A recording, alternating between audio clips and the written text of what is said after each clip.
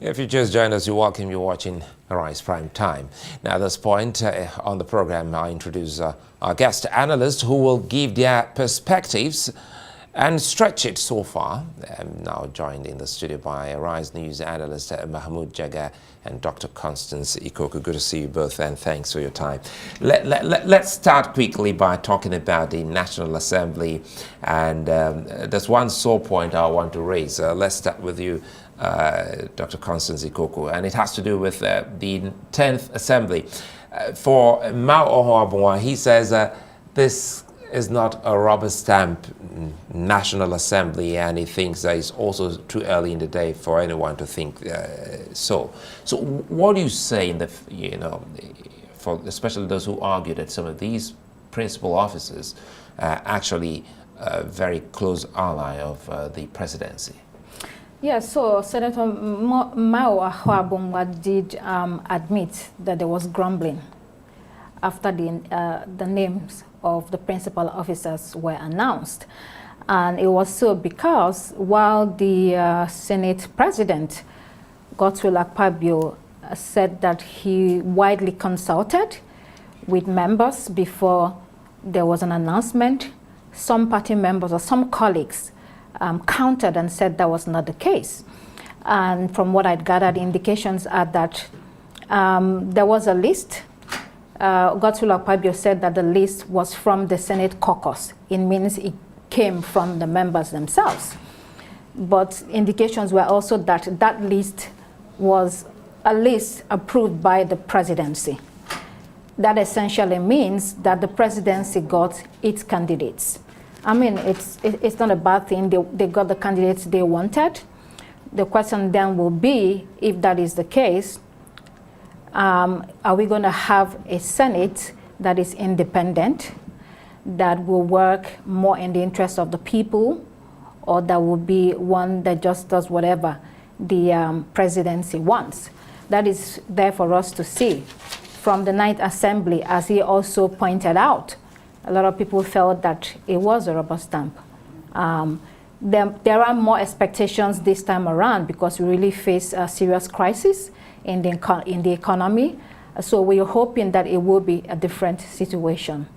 But the other thing to also say is that the seats were shared equitably. So there are 8 offices.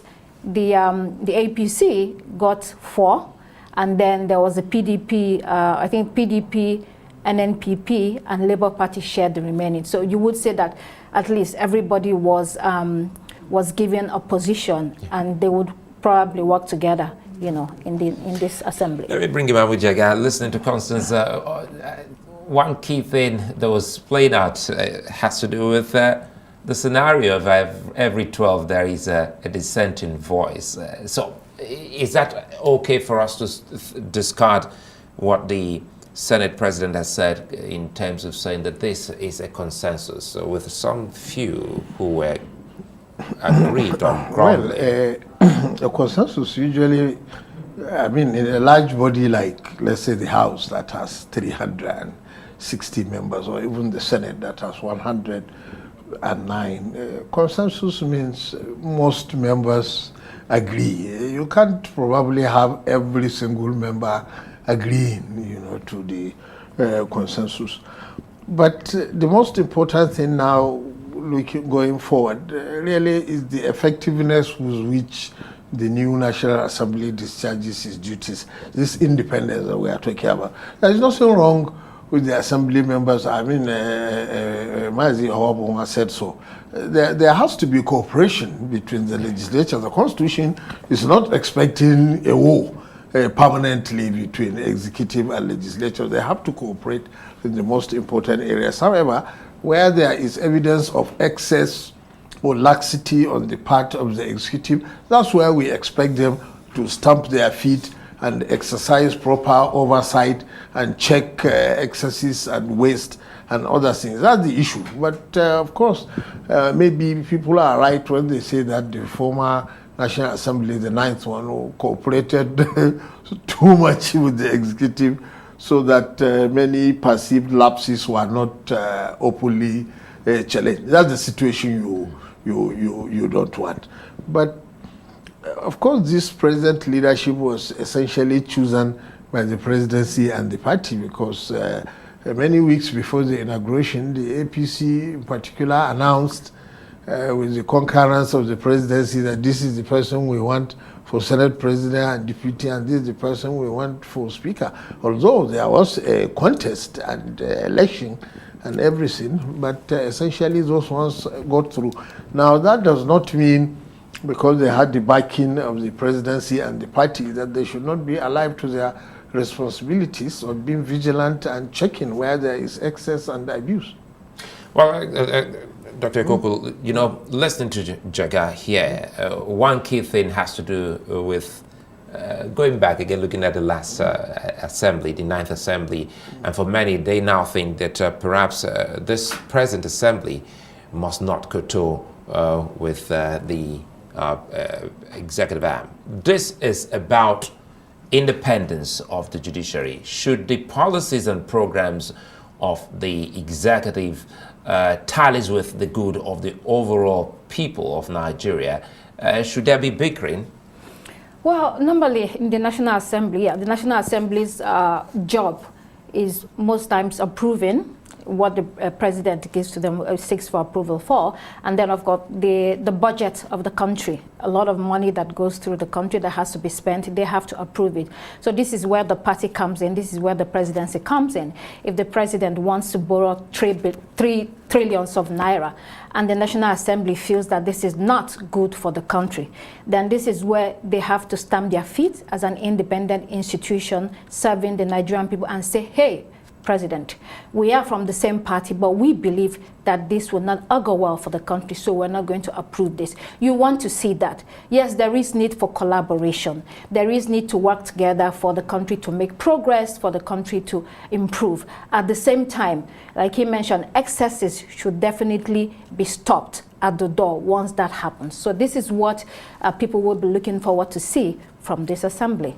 Independence, collaboration isn't the same as bickering, Mahmoud, is that? Well, there must be some bickering. This is politics, and if nothing else, there is a contest between individual parliamentarians to get what is good for their constituents, because the needs of various parts of the country are sometimes competing. There are things that, of course, many things that we all share together. I mean, everybody wants to see economic progress, we want to see improved power supply, we want to see improved security. But this part of the country may want one thing and another part of the country may want another, and possibly we can't have both at the same time, so there has to be some prioritizing. So there is bound to be some bickering, apart from individual differences too. But let's not forget that all the members of the National Assembly also belong to political parties.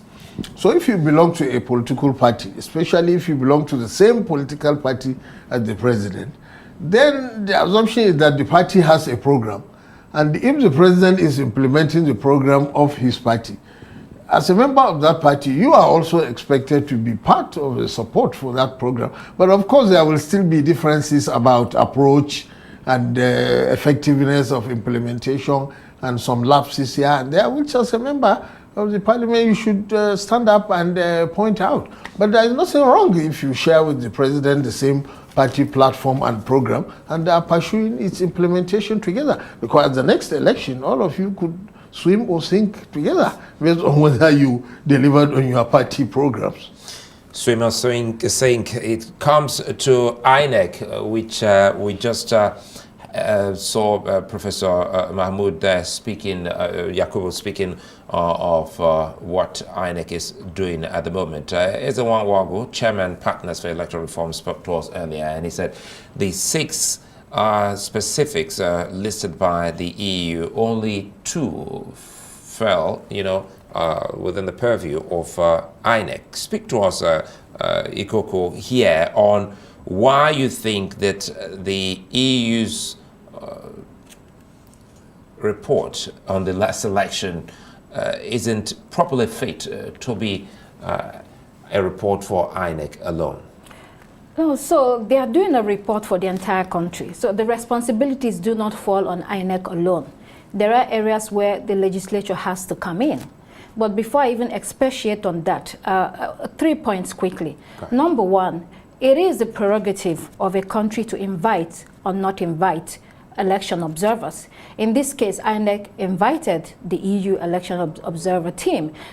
In addition to other African countries, there are so many others within the country, within the continent and within the country that were invited to witness the election. So with the EU, they had over 100 observers on ground. That's number one. So whatever report they give to you, you have to deal with it. Number two, Nigeria receives a lot of money from the EU for election and for other purposes. So if you receive money from those people, you will be liable. They would want to see you account for it. That's number two. Then number three, we are not conducting elections for the EU.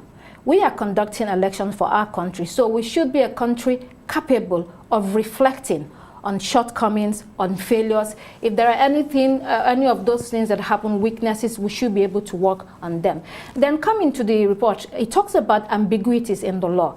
Yes, this has to do with the legislature, not INEC, but it's important because, so for instance, there are some senators that became senator without running for primary and they ended up in the Senate or in the National Assembly. That is something to be sorted out because then you have someone as a senator through Supreme Court judgment. And then secondly, quickly, Sierra Leone had just ended an election recently. And in their law, you should if you're going to be a president, you should have at least 55% of the votes cast. In Nigeria, we don't have that. We have high candidate with the highest number of votes. In this case, Bola Tinubu scored 37% of the vote, which is not a true reflection of the majority of the country. So in terms of law, is this something that we should be looking at? If the first and second, if there's no clear candidate with 50 or 55% of the votes, should there be a runoff between the two leading candidates? I think to give a real reflection of the country. So you're setting an agenda for the National Assembly. So in this case, it's the law presently that has given us a president. So you're saying the National Assembly should look into that. Quickly, let's close on this. Looking at the report, INEC shouldn't be the only one speaking now. There's also an issue on security. There's also an issue on women that are being disenfranchised that is also within the purview of political parties. What should we be doing as a people with such recommendations? Okay, you see, honestly, when I read the report, especially its executive summary, what Dr. Ikokwu said is very true. You collected money from people and you invited them to come and witness the election, so they are about to say something.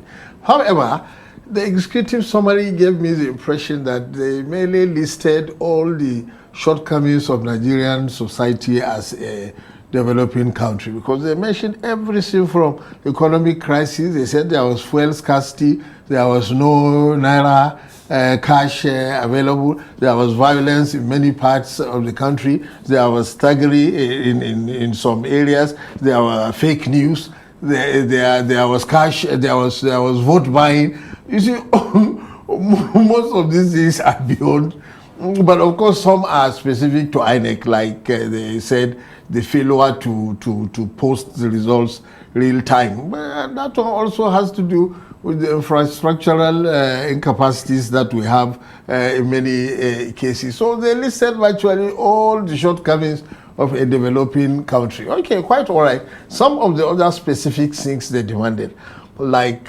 changing the process of appointing INEC officials so that it is seen to be, they are seen to be independent and non-partisan. You see, this is not a new recommendation.